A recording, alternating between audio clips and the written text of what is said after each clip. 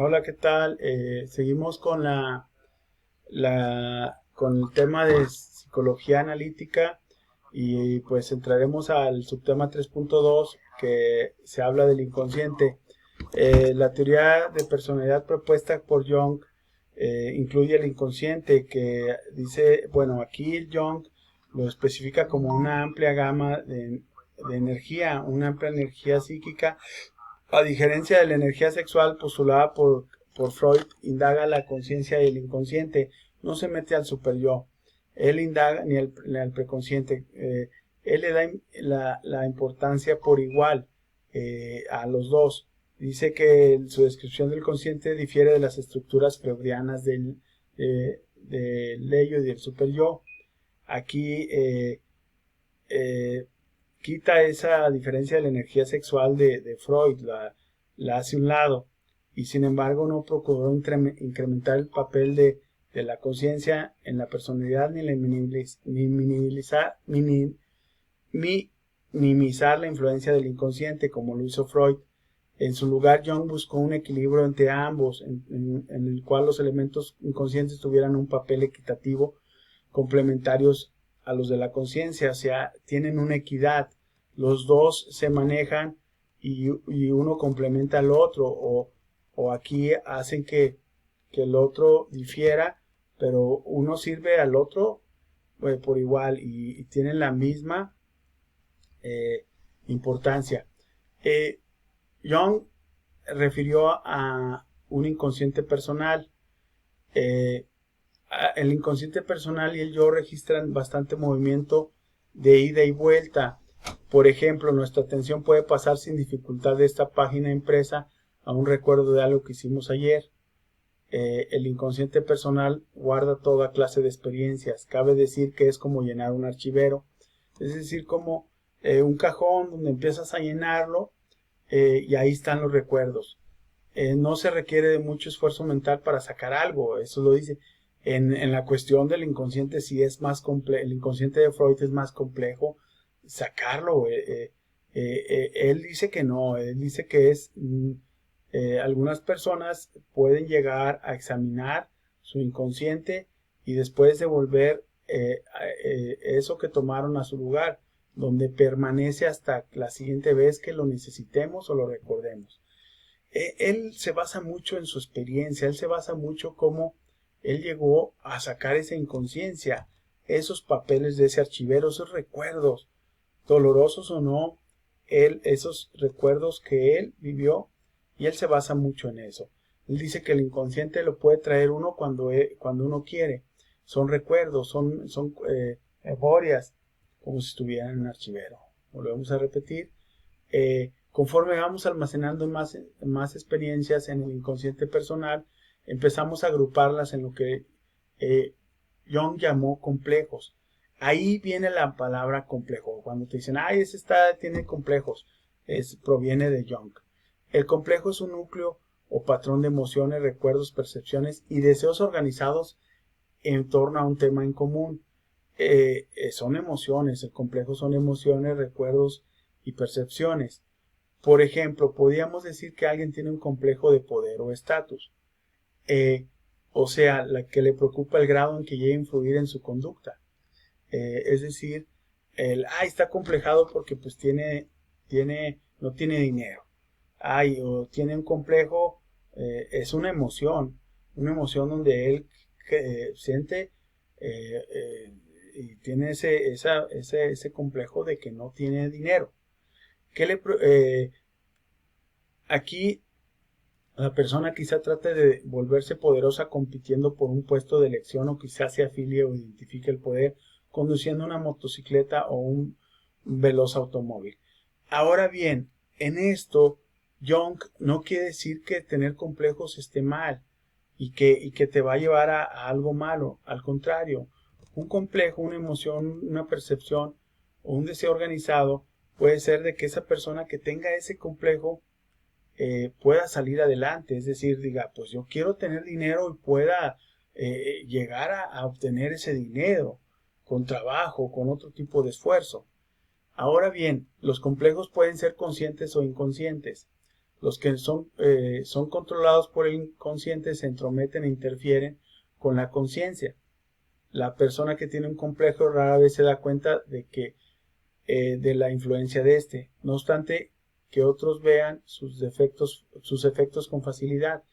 Es decir, pues los que tienen un complejo consciente, que lo externalizan, aquí lo que pasa, pues a veces no se dan cuenta de que están teniendo ese complejo.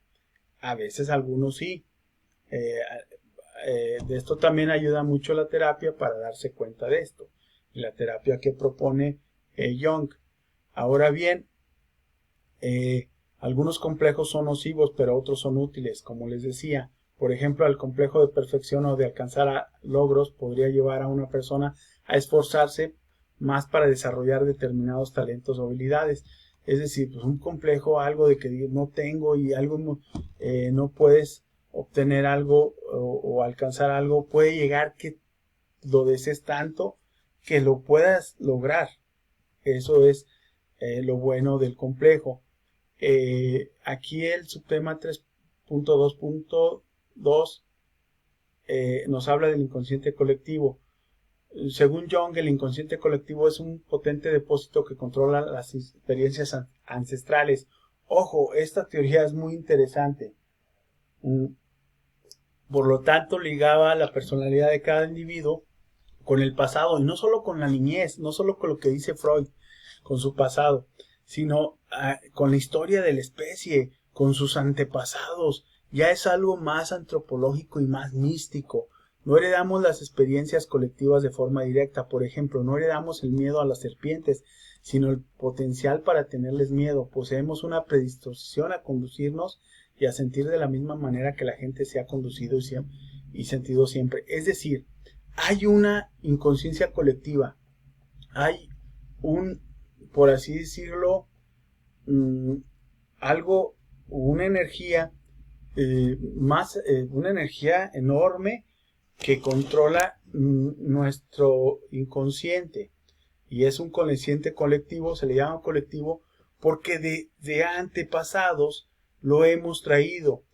Por ejemplo, todas las personas temen a las serpientes desde tiempos muy lejanos, y totalmente algunas culturas le temen a las serpientes y la ven como la serpiente como algo mala, como algo nociva, en algunas culturas, y eso queda, por así decirlo, indagado en la genética o en la herencia de la persona, y lo traemos desde generaciones y generaciones todos.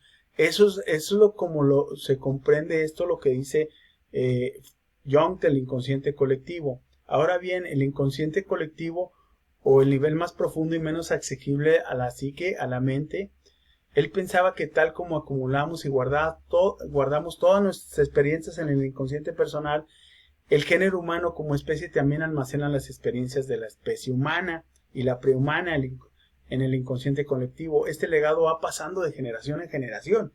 Como les digo, por ejemplo, aquí sí tomamos personas que... otro ejemplo podría ser que siempre hemos utilizado o trabajado en el campo, por así decirlo. Pues ahí hay personas que siempre lo van a hacer, ¿no? Siempre van a tener esa idea de trabajar en el campo por generaciones, o buscar aquí, por ejemplo, tiene que ver mucho con simbolismos. Aquí John creía que a lo largo de la historia de la humanidad todas las generaciones han vivido siempre experiencias básicas. Por ejemplo, siempre las personas han tenido una figura materna y han experimentado la vida y la muerte. Siempre han sentido miedo a lo desconocido en la oscuridad, rendido culto al poder o a alguna divinidad, y temido a un ser maligno. Entonces eso se le llama un inconsciente colectivo, donde todos tienen ese sentir hacia alguna cosa. Esto se habla, y lo que decimos es muy místico, lo que nos dice Jung. Entonces, en generaciones, pues siempre la madre, siempre la hemos visto como algo, al padre, lo hemos visto como un protector, y eso ha estado en el inconsciente no solamente de un individuo, sino de todos. No sé si me explico con esto. Ahora bien, para terminar, Jung escribió la forma que adquiere el mundo en el que nace. Una persona es innata en ella como una imagen virtual. Es lo que nos decía Jung. Dada la originalidad del concepto del inconsciente colectivo, es importante explicar por qué lo propone Jung y qué evidencia reunió para fundamentarlo. Jung lo que hizo fue que al leer sobre las culturas antiguas, tanto místicas como reales, descubrió temas y símbolos que en su opinión eran comunes y se presentaban en diversos lugares. Se presentaban en Asia, se presentaban en América, en lo mismo. Todos le rendimos culto, por ejemplo, o todos al anciano lo creemos un sabio. Eso es aquí, también en otras culturas se ve de esa manera. Todos respetamos al padre. La muerte en muchas de las culturas nos da temor, algunos la respetamos. Entonces, a eso es lo que se refería Jung. Y lo veía en los libros. Hasta donde tenía conocimiento, estas ideas no habían sido transmitidas ni comunicadas de forma oral e escrita. Él leía y decía, pues es que esto nunca, las ideas que tenían en Asia no llegaban a América o a tal parte porque eran muy lejanas y no se transmitían. Entonces, ¿cómo sabían unos a otros? Pues no, cada quien, eso lo tiene en su naturaleza del ser humano. Hasta donde tenía conocimiento, esas ideas no habían sido transmitidas ni comunicadas de forma oral ni escrita, de generación a otra. Además, los pacientes de Jung, al recordar y describirle sus sueños, hablaban de las mismas clases de símbolos que él había descubierto en otras culturas. Es por eso que él decía que había un inconsciente que se pasaba de generación a generación, que era un inconsciente colectivo. Aquí vemos pues un diagrama donde viene la conciencia, el inconsciente personal y lo más profundo que es el inconsciente colectivo. Ahora pues finalizando esto de cómo Jung se refiere al inconsciente, y si lo vemos totalmente diferente al inconsciente que plantea Freud. Jung lo hace más general. Bueno, para la próxima, vamos a ver los arquetipos y que tienen relación a este inconsciente colectivo. Ya para concluir, nos faltan 2-3 temas y ya terminamos.